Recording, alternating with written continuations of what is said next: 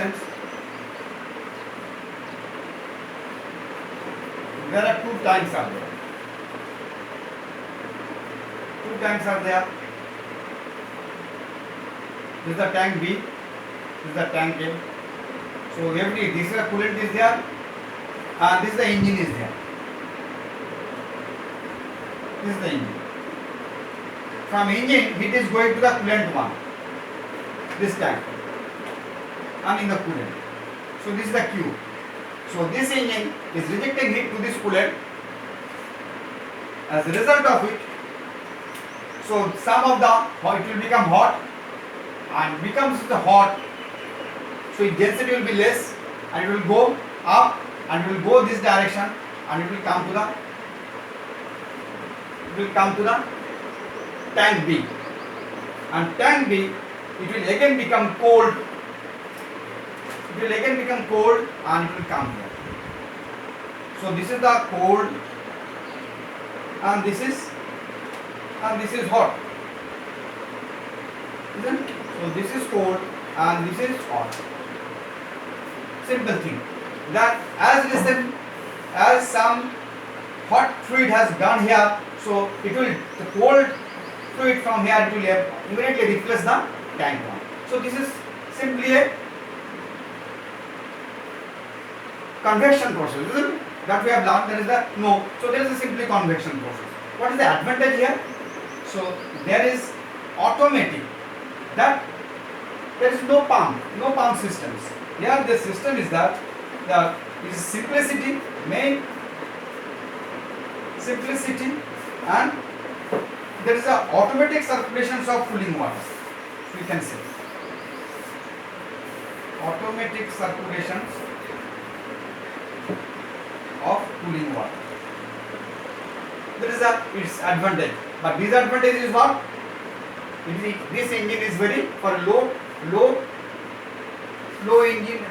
capacity engines. So it can be used for a low capacity engines.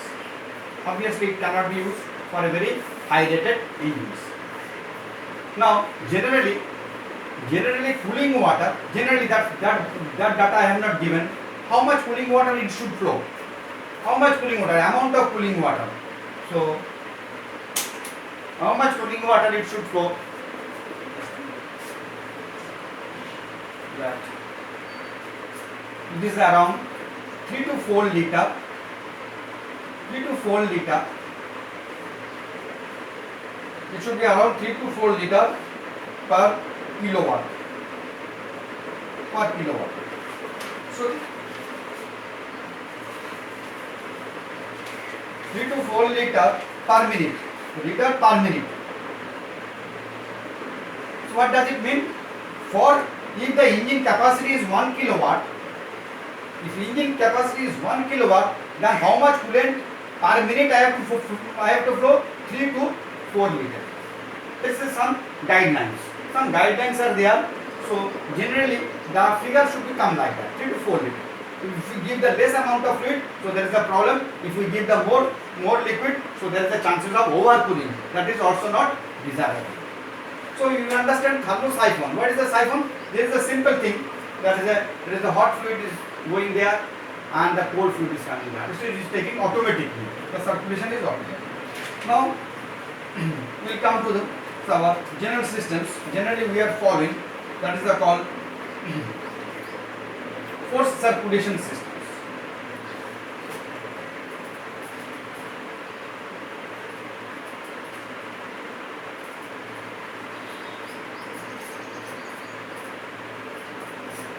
So this is the forced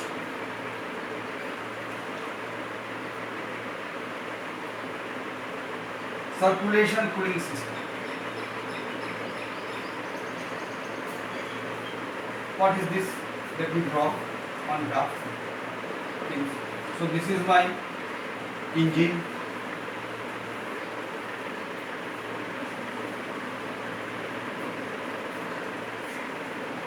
And this is the pump. This is the pump. This is a centrifugal pump. So pump, it should be centrifugal. This is a centrifugal. So from pump it is discharging to the engine. the water jackets, it is taking the heat, it is taking out the heat. So okay, if it takes out the heat, what will happen? It takes out the heat and it will become hot and it will come to a radiator. So it will come to a radiator. So this is the radiator. Radiator. Now the pump, this is the pump. So it will come to the radiator.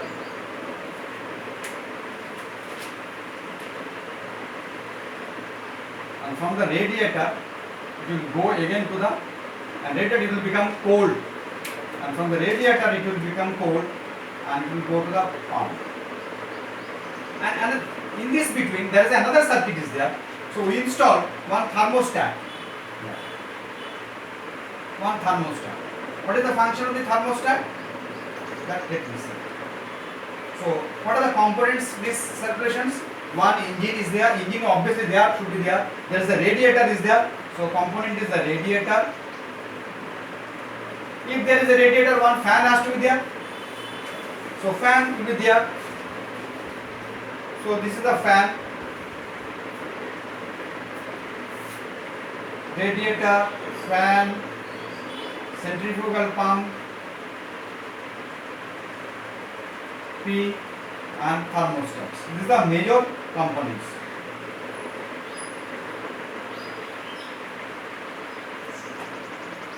In the radiator, what is the radiator? Radiator is nothing but a heat exchangers.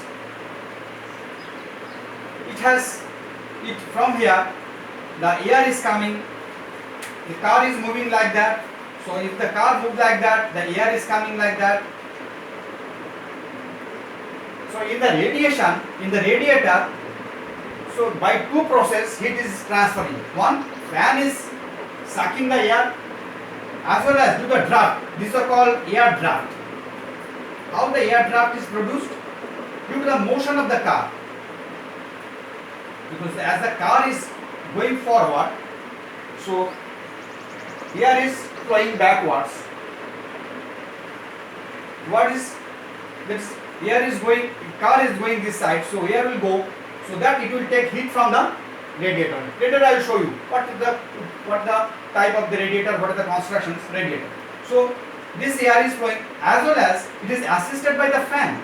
Fan is also sucking. So in the radiator, the draft plus the fan, action of the fan, both this process is allowing the air to move the air inside the radiator. That air will take finally the heat from the radiator. So we understand the fan, we understand the function of the fan also, we understand the function of the pump. Pump will discharge water to the engines so that it can take heat. Otherwise there will not be any circulations. So that's why it is a forced circulation. Why it is a forced circulation? Because the pump is there. It's not a automatic. So by means of how I am maintaining the circulation? By means of pump, centrifugal pump. This is responsible for maintaining the circulations. So okay. Now, what is the function of the thermostat? This is the thermostat. So thermostat, what we will do? This is the normal path. This way, thermostat. If the suppose the engine temperature is very low, engine temperature is very low. At the time of starting, engine temperature is very low, or at the time of cold days, the engine temperature is very low. Then, if the cooling water, if the thermostat, what you will do? You will not allow, thermostat will not allow the coolant to go to the radiator. So you will not allow. You will not allow this coolant, this, because the engine is cold, so that means this is also cold. This water is also cold, coolant. So you will not allow to go to the radiator. That what you will do? You will allow the coolant to go this path. And it will go, so this circulate, this is the way, so this process, so you will allow this circuits. So you will not allow to go to the radiator. Why? If you allow to go to the radiator, the coolant will be further cooled and there will be further problem in the engine. So function of the thermostat is that it will not allow the coolant to go to the radiator, instead it will allow to in a bypass circuit so that the coolant temperature rises. So there is no problem for the starting or warming of the engine functions. Then if the coolant temperature by this process has picked up some value, that is gradually coolant temperature will go high. So if it reaches some preset value, at that time thermostat will allow the coolant to go to the radiator and get it cooled, then again flows. So this is the one sir, initially it flows these circuits and after that these circuits. This is also true at the time of stopping. If we stop the engines, what you will do? So first it was and at the time of you are reducing the load. So what you will do? You will start in this circuits. So this objective is that anyhow it will not allow the coolant temperature to go some value, some preset value. Then why? If it goes below some value, so there will be a problem in the engine. So how the thermostat is functioning? Thermostat, let me thermostats. So this is the forced circulation systems.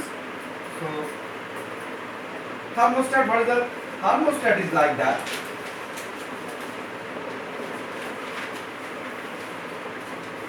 Hydraulic, the thermostat is like that.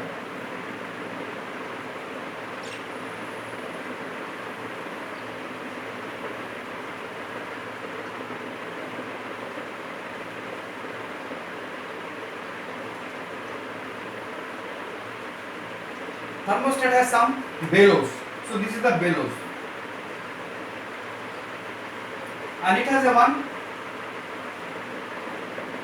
This is the linkage. This is connected to the valve, some valve. This is connected to the some valve. So okay.